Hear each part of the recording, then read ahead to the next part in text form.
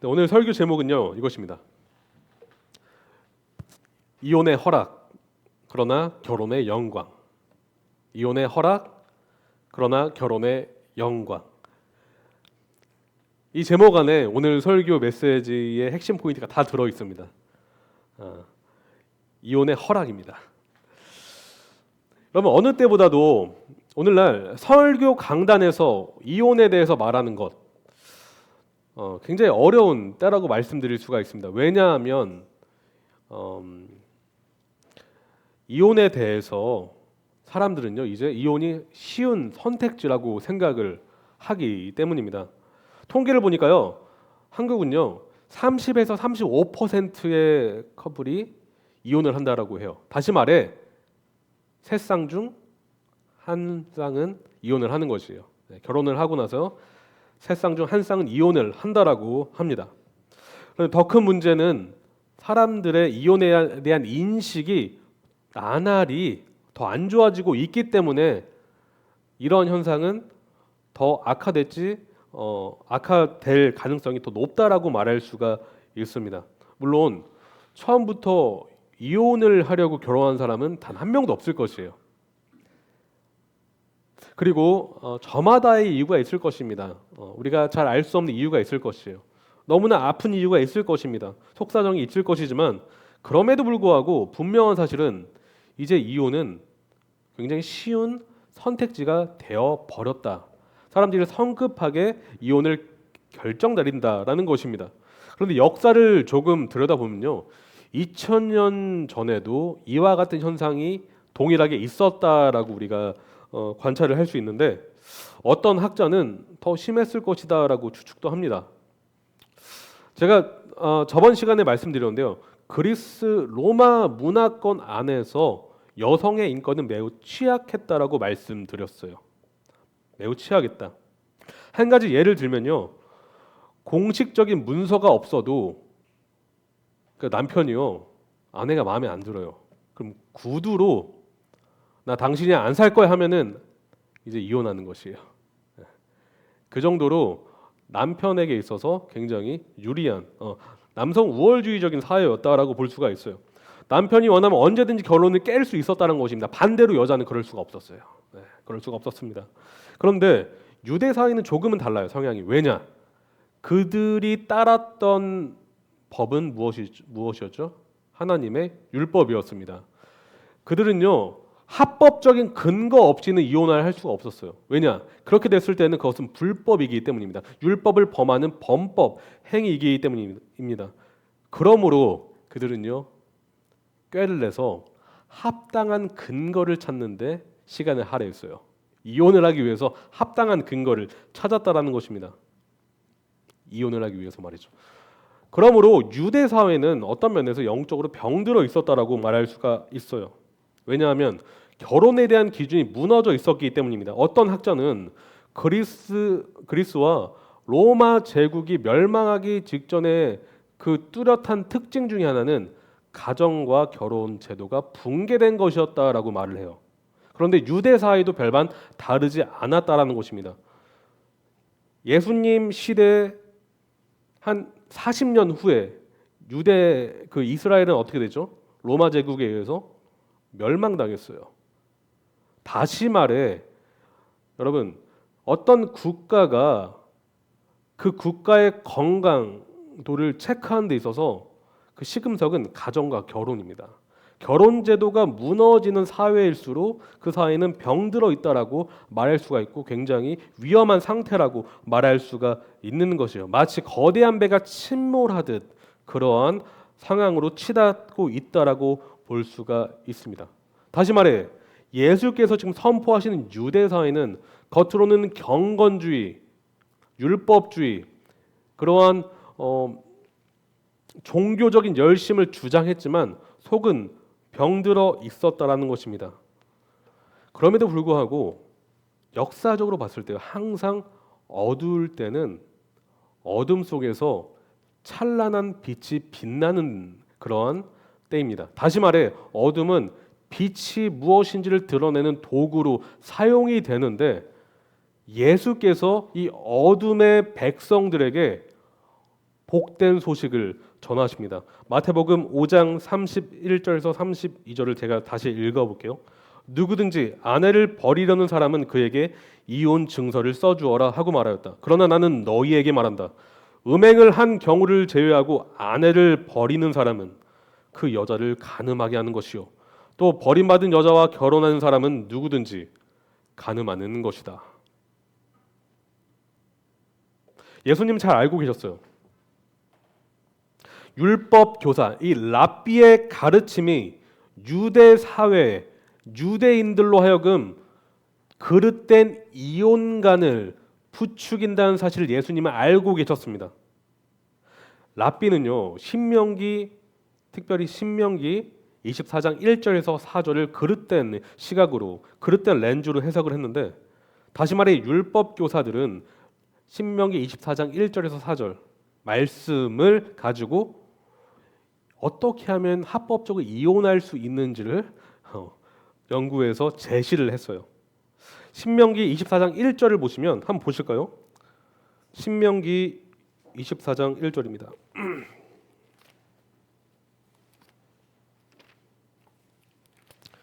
신명기서 24장 1절에서 4절을 같이 한번 보시겠습니다.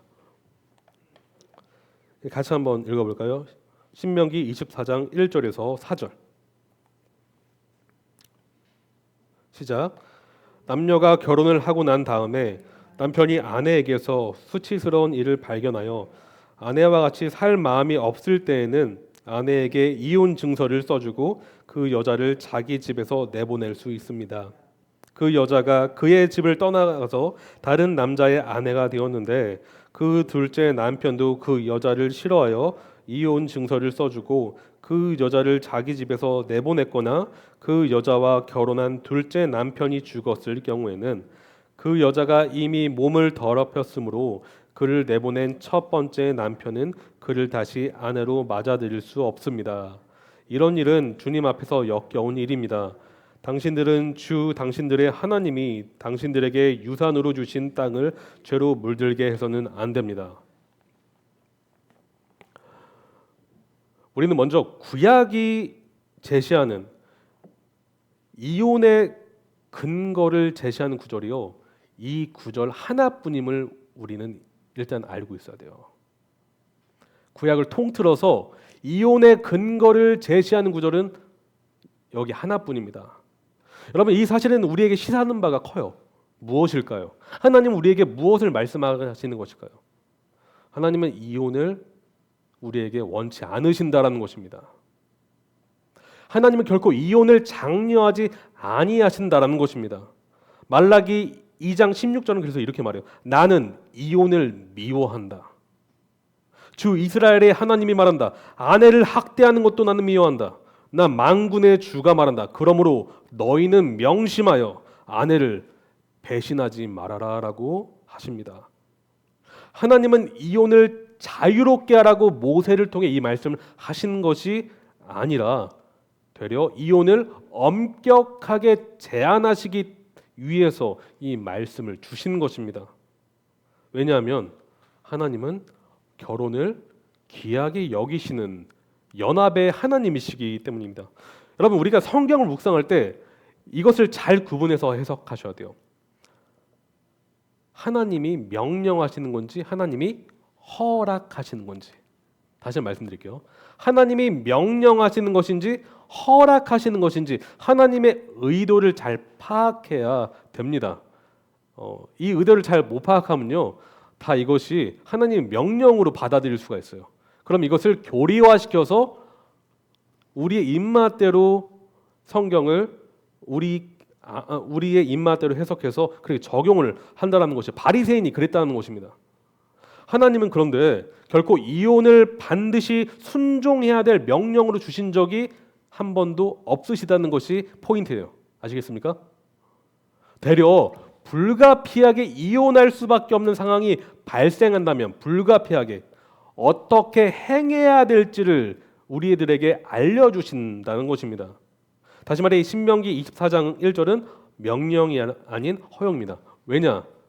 죄로 인한 분열의 문제를 바로잡으시기 위해서, 또한 죄악이 더 큰 죄악으로 번지게 하지 않으시기 위한 하나님의 자비로운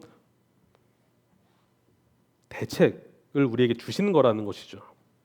여러분, 지금의 논의는 마태복음 19장과도 연결이 되는데, 그럼 마태복음 19장을 한번 보실까요? 마태복음 19장. 마태복음 19장을 보시겠습니다.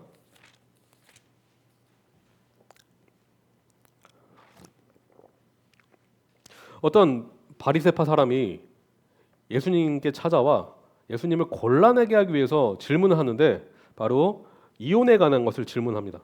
3절 제가 한번 읽어볼게요. 한번 보세요. 마태복음 19장 3절. 바리새파 사람들이 예수께 다가와서 그를 시험하려고 물었다. 무엇이든지 이유만 있으면 남편이 아내를 버려도 됩니까? 네. 이 말은 유대 사회 안에서 지금 이 논쟁이 끊이지 않고 있었는데, 더더욱이 이 지금 논쟁을 예수께 물어보면서 예수님을 더 곤란스럽게 만들려고 지금 일부러 이 질문을 했다라고 볼 수가 있어요. 예수께서 7절을 보실게요. 7절. 또한 그렇게 물어요. 그들이 예수께 말하였다. 그러면 어찌하여 모세는 이혼 증서를 써주고 아내를 버리라고 명령하였습니까? 그럼 잘 보세요. 모세는 이혼 증서를 써주고 아내를 버리라고 명령하였습니까? 지금 바리새인이 뭐라고 하죠? 명령하였습니까? 이미 그들은 어떻게 해석하고 있습니까? 명령하고 있다라고 해석하고 있어요. 그런데 8절 보실게요. 8절 다 같이 한번 읽어볼까요? 시작. 예수께서 대답하셨다. 모세는 너희의 마음이 완악하기 때문에 아내를 버리는 것을 허락하여 준 것인지 본래부터 그랬던 것은 아니다. 예수님 어떻게 보세요? 허락하신다는 것이에요. 이렇게 율법을 가지고도 해석이 다릅니다. 그런데 핵심은 우리 인생들은, 죄성을 가진 인생들은 하나님의 말씀을 어떻게 받아들이냐? 나의 입맛대로, 나의 유익에 의해서 해석할 수 있다라는 것을 바리새인이 우리에게 알려주는 것이에요. 그런데 예수님은 그걸 꼬집어 주신 것입니다. 모세는 너희의 마음이 완악하기 때문에 아내 버리는 것을 허락하여 준 것이다라고 말하고 있습니다. 왜냐? 허락하여 준 것은 마음이 완악하기 때문에. 여기서 알 수 있는 사실은 하나님이 이혼을 만드신 것이 아니라 우리 인간의 죄악이 이혼을 만든 것입니다. 이혼은 인간이 만든 것이에요. 하나님이 만드신 적이 없습니다.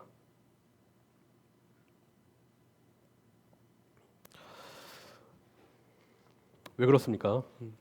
이혼은요, 연합의 분리를 의미하고요, 언약의 파기를 뜻하기 때문입니다. 언약의 창시자께서 언약을 스스로 파기한다는 것이 있을 수가 없는 일이라는 것이요. 곧 이혼의 주범은 우리 인간의 죄악이라고 결론 내릴 수가 있는 것이요. 그럼에도 불구하고 우린 여기에서 하나님의 자비로우신가 은혜를 볼 수가 있는데, 여러분, 아담과 하와가 선악과를 베어 물었을 때 하나님과의 관계가 어떻게 되죠? 단절됐어요. 그것이 바로 언약의 파괴라고 볼 수가 있어요.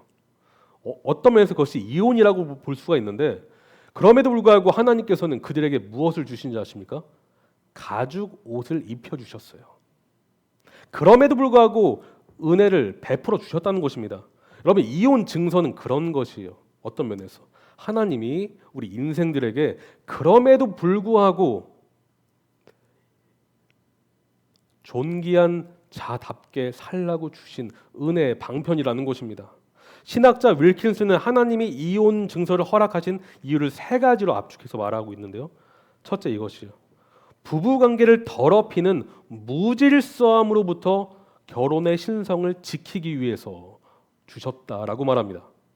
부부관계를 더럽히는 무질서함으로부터 결혼의 신성을 보호하기 위해서. 둘째, 합당한 사유 없이 이혼하고자 하는 남편으로부터 여성을 지키기 위해서 주셨다. 셋째, 합법적으로 이혼한 여성으로서의 그녀의 지위를 문서화해서 그녀가 매춘부 또는 가출한 내연녀로 생각하지 않게 하기 위해서 이혼 증서를 주셨다라고 그는 말합니다. 다시 말해 하나님은 연약한 자, 약자의 명예와 신분을 지켜 보호하시는 미쁘신 하나님이시라는 것이에요. 그럼에도 불구하고 율법 교사들은 이러한 하나님의 뜻, 하나님의 숭고하신 뜻을 외면한 채 그릇되게 해석했다라는 것이에요. 특별히 아까 신명기 24장 1절에서 말하는 수치스러운 일 있잖아요. 남녀가 결혼을 하고 난 다음에 남편이 아내에게서 수치스러운 일을 발견하여라고 했을 때 이 수치스러운 일을 정말 그들의 입맛대로 해석했어요. 당시에 율법 학파가 있었는데 두 학파가 있었어요. 샴마이 학파와 힐렐 학파. 근데 샴마이 학파는 보수파였는데 이 해석을 오직 간음 행위로 제한해서 해석을 했습니다. 그런데 힐렐 학파는 진보 자유입니다. 그들은요 이 수치되는 일을 어떻게 해석했냐면 남편이 봤을 때 부적절한 그런 모습이면은 어떠한 거든지 수치스러운 일이다라고 해석했어요. 우리 아내분들이 좀 화가 나실 수도 있는데 화내지 마시고 한번 들어보세요. 이것을 문서한 그 미시나라고 있는데 거기에 세 가지 제가 예를 들어드리겠습니다. 수치스러운 일이 어떤 것이었냐? 첫 번째, 아내가 요리를 하다가 음식을 태워도 그것은 남편에게 수치스러운 일이기 때문에 이혼할 수 있다. 네. 둘째, 아내가 시부모를 헐뜯는다거나 남편에게 큰 소리를 내어서 집 밖의 이웃에게 그 소리가 들려도 수치스러운 일이기 때문에 이혼 증서를 써줄 수 있다. 그게 낮은 아니시죠? 네. 셋째, 심지어 이건 화날 수가 있어요. 아내의 외모가 마음에 들지 않아서 다른 여자를 아내로 들이고자 한다고 해도 그것은 합당한 이혼 사유이다. 여러분 어떠세요? 황당하죠. 그런데 당시에 이렇게 황당한 일이 일어났다는 것입니다. 여러분 근데 지금 예수님 시대에 어떤 학파의 가르침이 만연했을까요? 샴마이였을까요? 힐렐이었을까요? 힐렐이었기 때문에 예수님 지금 이렇게 말씀하시는 것이에요. 그런데 예수님은요 시대에 편승하지 않으세요. 무엇입니까?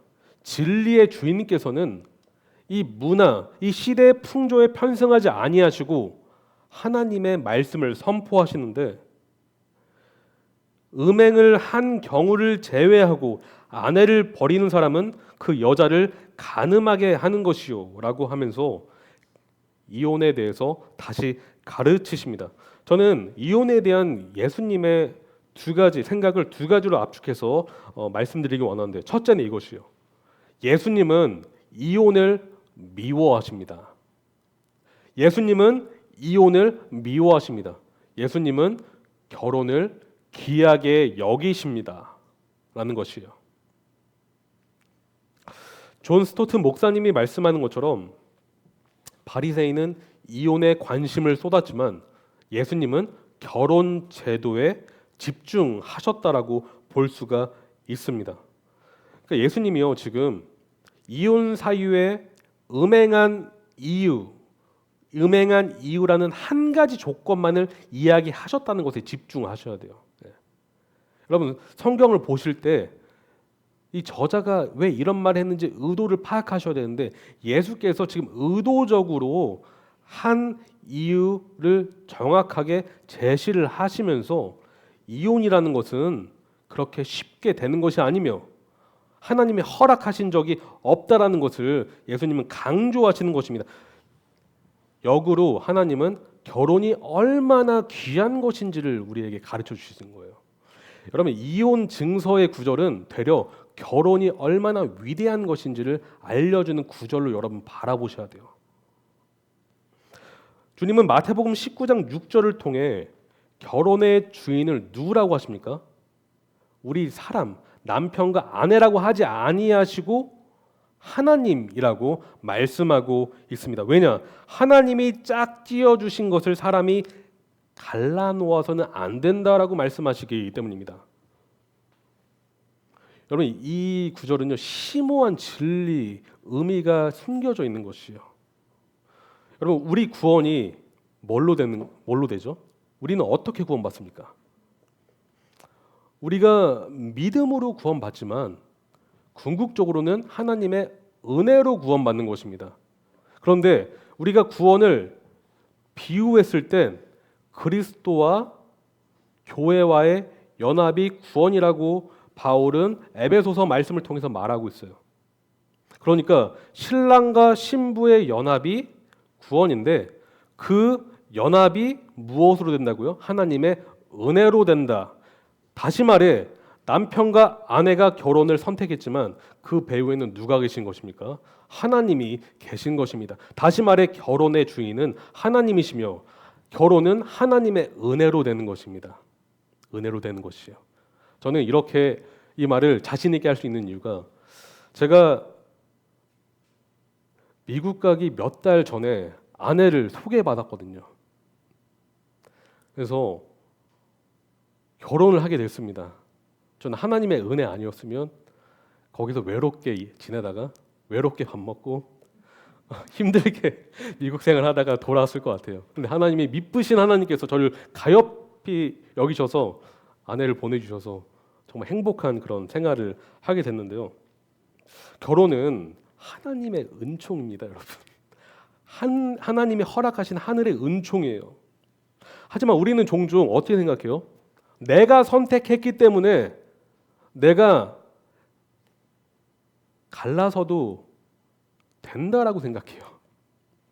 내가 시작했기 때문에 내가 끝내도 된다라고 생각한다는 것입니다. 하지만 성경은 뭐라고 하고 있습니까? 시작은 하나님이 하신다. 그러므로 과정도 하나님이 책임져 주시며 그 끝도 하나님의 손에 달려 있다라고 하는 것이 지금 성경의 가르침이라는 것입니다. 여러분, 이 진리는 그런데 우리에게 소망을 줘요. 왜냐? 여러분, 사시다 보면 갈등이 있으시죠?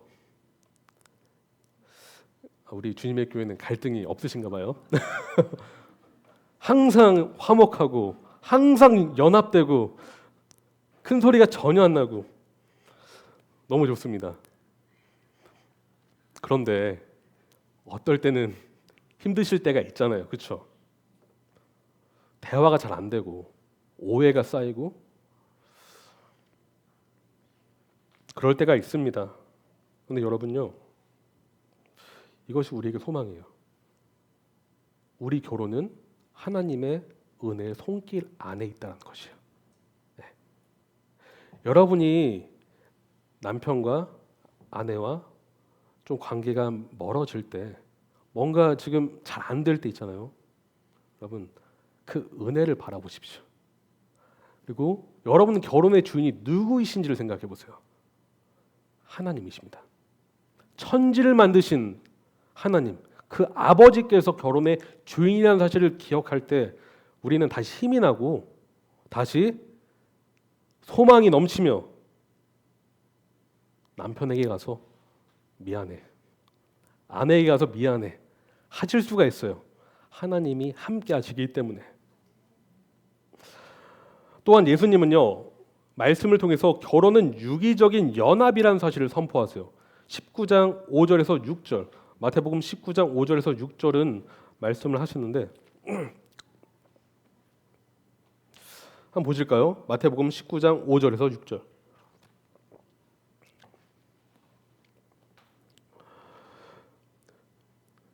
그리고 그가 말씀하기를 그러므로 남자는 아버지와 어머니를 떠나서 자기 아내와 합하여서 둘이 한 몸이 될 것이다 하시는 것을 너희는 아직 읽어보지 못하였느냐? 그러므로 그들이 이제 둘이 아니라 한 몸이다. 하나님이 짝지어 주신 것을 사람이 갈라 놓아서는 안 된다라고 하십니다. 여기서 말씀하시는 포인트, 연합의 근본 단위는 부모와 자녀가 아니라 남편과 아내라는 것입니다. 우리가 결혼을 했을 때 우리는 부모를 떠나서 남편과 아내가 한 몸이 돼요. 이 말은 이제 부모님을 생각할 필요가 없다는 뜻이 결코 아닙니다. 부모님을 존경할 필요가 없다는 뜻이 결코 아닙니다. 그럼에도 불구하고 가정은 남편과 아내로 이루어진 공동체다라는 것을 말씀하고 있는 것입니다. 이 한 몸은 정신적, 육체적, 영적인 한 몸은 연합은 오직 누가 한다고요? 남편과 아내만 할 수 있는 독특한 연합이라는 것이요. 예수님이 지금 그것을 말씀하고 있는 것입니다. 이에 대해 예수께서는 이렇게 말씀해서 19장 4절 사람을 지으시니가 본래 그들을 남자와 여자로 지으셨다라고 말씀하고 있는데 여러분 이거 생각해 보신 적 있으세요? 왜 하나님은 남자 한 명과 여자 한 명만을 지으셨을까? 생각해 보신 적 있으세요? 복수의 남자, 복수의 여자가 아니라 단 한 명의 남자 아담과 단 한 명의 여자 하와만을 지으셨을까? 그 이유는 결혼은 오직 단 한 명의 남자와 단 한 명의 여자만 하는 것이기 때문입니다. 남자와 남자가 하는 것이 아니라 여자와 여자가 하는 것이 아니라 다수의 사람이 하는 것이 아니라 오직 단 한 명의 남자와 단 한 명의 여자만 하는 것이기 때문입니다. 다시 말해 결혼의 언약은요. 누구도 침범할 수 없는 둘만의 배타적인 독특한 특별한 관계라는 것이에요. 여러분은 지금 그런 관계를 맺고 계십니까? 가장 특별한 관계. 이제 제 형제인데요. 제 아내는 제 자매예요. 똑같은 자매처럼 자매입니다. 이렇게 생각하십니까? 아니면 정말 내 아내는 모든 형제 자매 우리가 사랑해야 되는 그 형제 자매보다도 더 특별한 관계로 나는 그렇게 생각한다. 여러분 그렇게 생각하십니까? 지금 예수님 우리에게 그것을 말씀하시는 것이에요. 특별하고 독특하며 누구도 침범할 수 없는 배타적인 관계라는 것을 말씀하고 있어요. 아버지와 이스라엘이 맺었던 관계처럼 그리스도와 교회가 맺은 관계처럼 한 남자와 한 여자가 맺은 언약은 그 누구도 침범할 수 없는 것이라는 것이요. 그러므로 예수께서는 하나님이 짝지어 주신 것을 사람이 갈라 놓아서는 안 된다라고 또한 말씀하시는 것입니다. 그러므로 여러분 오늘날 빈번하게 행해지는 이혼의 본질적인 원인은 저는 이렇게 진단을 해요. 말씀을 근거했을 때 하나님을 인정하지 않기 때문입니다. 하나님을 주권자로 모시지 않기 때문입니다. 하나님을 주인으로 모시지 않으며 그분의 뜻과 계획을 신뢰하지 않기 때문입니다. 그러니까 어떻게 되는 것이요? 내가 내 인생의 주인이기 때문에 결혼도 내가 주인이기 때문에 내가 시작했으니 내가 마음대로 끝낼 수 있다라고 생각하는 것이요. 하지만 결혼의 창시자이신 하나님은요, 우리 인생을 너무나 잘 알고 계세요. 우리가 가장 행복해지는 방법은 하나님 뜻대로 사는 것입니다. 여러분 그걸 믿으십니까? 내 죄성은 내가 원하는 대로 살고 싶게 그렇게 조장을 해요. 그러니까 좀 안 맞으면 갈라서도 돼. 요즘 그건 흠도 아니야. 이렇게 자꾸 부추겨요. 그러나 하나님은 속지 말라고 하십니다. 속지 말라고 하십니다. 대신 말씀에 계시된 자신의 하나님 당신의 숭고한 뜻에 우리 눈과 귀를 다시 집중하라고 하십니다. 지금까지 이혼에 대한 예수님의 생각을 정리를 해봤는데요. 이혼에 대한 예수님의 생각 두 번째는 그런데 예수님은요 합법적인 이혼은 허용을 하세요. 합법적인 이혼은 허용을 하십니다. 다시 말해 여러분 장려하시는 것은 아닙니다. 허용을 하시고 허락을 하시는다고 말씀드릴 수가 있는데 예수님이 이렇게 말씀하세요. 음행한 이유를 제외하고 아내를 버리면 그녀를 간음하게 만들기 때문에 그녀와 간음한 남자는 간음에 동참하게 되는 것이다라는 충격적인 이야기를 바리새인들에게 하십니다. 요점은 이것이에요. 요점은 이것입니다. 어떤 커플이 이혼을 했는데 하나님이 허락하지 않은 이유로 이혼을 했어요. 그런데 하나님 시각에서는 그들은 헤어진 게 아니에요. 왜냐? 하나님은 허락하신 적이 없기 때문에. 아시겠습니까? 그러니까 예수님이 이렇게 말씀하시는 것이에요. 그들이 이혼을 했다 할지라도 하나님이 시작하신 결혼이 끝맺음 되지 않았기 때문에 그가 임의로 이혼을 해서 다른데 결혼하게 된다면 그것은 간음에 동참하게 되는 것이다라고 말씀하심으로 인해서 이 결혼이 연합이 얼마나 끈끈하게 묶여져 있는지를 지금 강조하신 것이라는 것이에요. 그래서 학자 블룸버그는 이렇게 말합니다. 여자가 간음을 하게 되는 것은 단순히 다른 남자와 재혼했기 때문이 아니었을 것이다. 왜냐하면 이혼 후 혼자 지내는 여성도 있었기 때문이다. 예수께서는 이혼 자체가 간음을 만든다고 말씀하신다. 이는 문자적으로가 아니라 결혼의 평생 언약적 성격을 배반한다는 비유적인 의미이다. 구약에서 간음이 하나님과의 언약을 깨트리는 것을 상징했던 것과 같다. 그런데 미쁘신 하나님은요, 결혼의 연합이 합법적으로 파기될 수 있는 세 가지 근거를 주시는데, 첫째는 자연스럽게 파기될 수 있는 첫 번째는요, 배우자가 죽었을 때 그 연합은 풀리게 됩니다. 그렇죠? 네. 자연스럽게 그것은 그 법에서 매여 있는 법에서 풀리게 돼요. 그래서 바울은 말합니다. 고린도전서 7장 39절. 아내는 남편이 살아 있을 동안에는 그에게 매여 있습니다. 그러나 남편이 죽으면 자기가 원하는 사람과 결혼할 수 있습니다. 다만 주님 안에서만 그렇게 해야 됩니다. 믿음의 사람은 재혼할지라도 믿음의 사람과 결혼해야 되는 것이 하나님 뜻이에요. 언제든지 믿음의 사람은 믿음의 사람과만 결혼해야 되는 것이 하나님의 뜻입니다.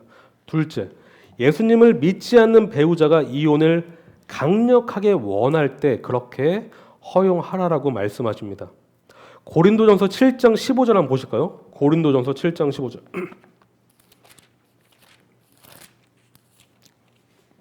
고린도전서 7장 15절입니다.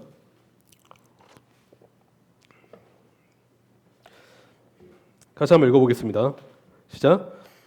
그러나 믿지 않는 사람 쪽에서 헤어지려고 하면 헤어져도 됩니다. 믿는 형제나 자매가 이런 일에 얽매일 것이 없습니다.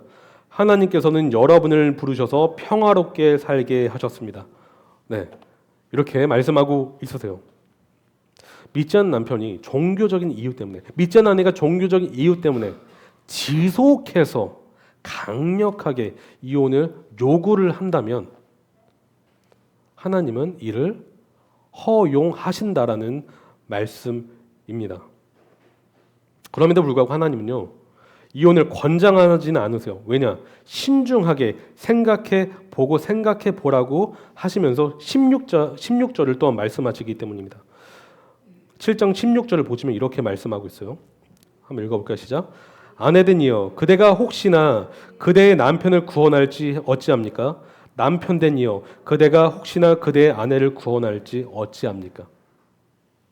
믿는 사람으로 하여금, 믿는 남편으로 하여금 안 믿는 아내를, 믿는 아내로 하여금 안 믿는 남편을 구원으로 인도할 수 있기 때문에 그래도 살려고 노력해라라고 권면하시는 것이요. 마지막 셋째 이유입니다. 배우자가 성적으로 부정한 일을 했을 때 하나님은 이혼을 허락하십니다. 본문으로 돌아와서 마태복음 5장 31절에 언급된 음행한 경우를 제외하고 해서 음행이라는 단어를 살펴볼게요. 음행의 헬라어 단어는 포르네이아라는 것인데 이 단어는 포르네, 즉 매춘부라는 그 의미를 가진 단어에서 파생된 단어예요. 다시 말해 이 포르네이아 음행은 배우자가 아닌 다른 이성과 간음을 실제적으로 저지르는 행위를 의미하고 있습니다. 이 포르네이아, 이 음행이 이혼의 근거가 되는 이유는 아까 말씀드렸지만 결혼은 오직 한 남자와 한 여자가 맺는 연합이기 때문인 것입니다. 그러므로 다른 사람과 성적인 관계를 맺는 순간 어떻게 돼요? 연합은 근본적으로 파괴가 되는 것이에요. 또한 이 성적인 죄는 배우자 이전에 하나님께 먼저 그 죄를 범한 것입니다. 그 언약을 파기하는 것이죠. 그러나 이마저도 하나님은요, 허락하시는 것이지 이혼을 무조건 해라라고 하시는 게 아니라는 것을 여러분 명심하십시오. 그렇다면 여러분, 제가 질문해 보겠습니다. 이혼하지 않고요, 끝까지 결혼 생활을 유지할 뿐만 아니라 그 결혼 생활을 아름답게 가꾸어 나갈 수 있는 비결은 무엇일까요? 더 발전시켜 나가고요, 관계가 더 끈끈해지고 대화가 더 깊어지며 서로가 서로를 더 사랑하고 아끼고 더 좋고 함께 있고 싶고 항상 대화하고 싶고 그렇게 될 수 있는 비결은 무엇일까요?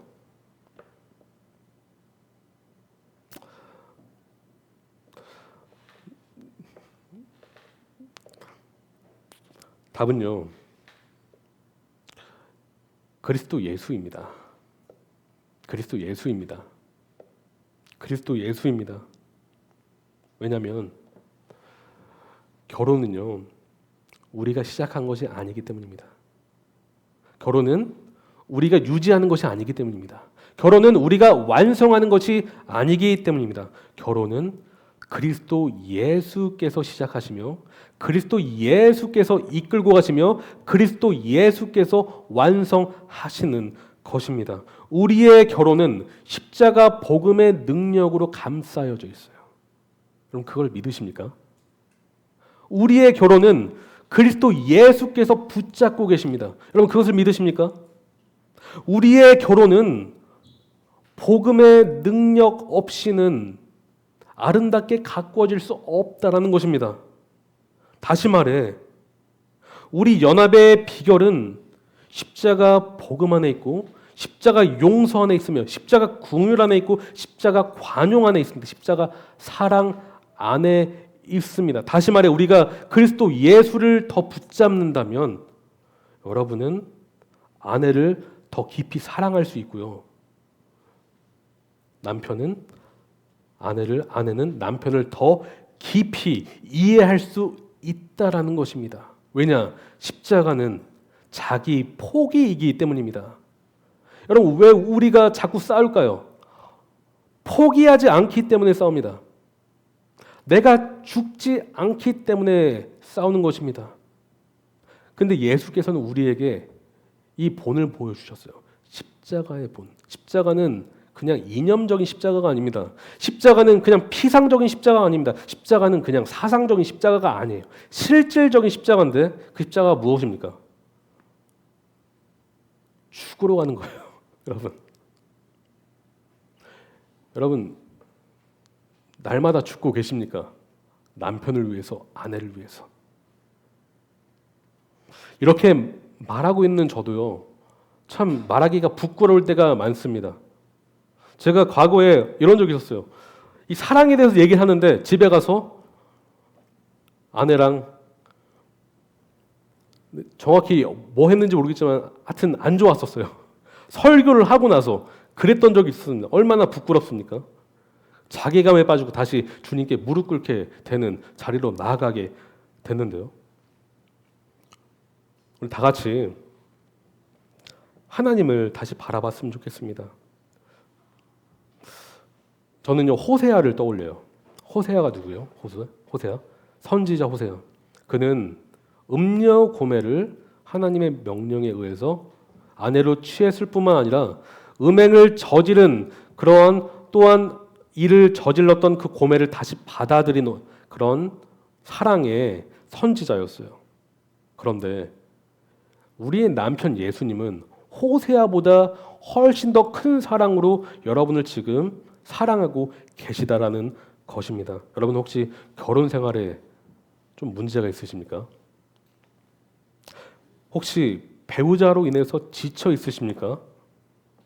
어떠한 말 못할 사정이 있으십니까? 주 예수께서 복음의 능력으로 여러분을 변화시키실 것입니다. 주 예수를 붙잡으십시오. 신실하게 주 예수를 붙잡으십시오. 죄를 회개하고 순전한 믿음으로 예수께 나아가시기를 바랍니다. 우리의 소망은 주 예수 안에 있습니다. 이제 설교를 마치겠습니다. 여러분의 결혼을 시작하신 하나님께서 여러분의 결혼을 끝까지 책임져 주실 것입니다. 은혜로 완성하실 것입니다. 하나님께서 신실하게 여러분의 삶을 이끌고 계시다는 사실 믿음으로 항상 행복한 결혼 생활 하시기를 소망합니다. 기도하겠습니다. 사랑해 주님, 오늘 이혼에 대해서 배웠는데 오히려 더 결혼에 대해서 생각을 많이 하게 됐습니다. 하나님이 짝지어 주신 이 연합, 결혼, 주님을 의지하여 더 아름답게 가꾸어 나가기를 소망합니다. 주님 도와주시옵소서. 우리가 때로 넘어지고 실족하고 낭망할 때가 있지만 다시 소망의 주님을 바라보며 주님을 붙들고 나아갑니다. 주님, 우리의 결혼이 이 시대에 정말 아름다운 꽃으로 피어나게 도와주셔서 아름다운 향기로 그들에게 전달되게 도와주셔서 이혼하고자 하는 커플에게 결혼의 의미를 우리의 삶으로 보여주게 해주셨고 참 결혼이 얼마나 아름다운 것인지를 보여주게 인도하여 주시옵소서. 그래서 타락해가는 이 때, 이 세상에 진정으로 하나님의 이름이 영광이 드러나게 도와주시옵소서. 예수님의 이름으로 기도합니다. 아멘.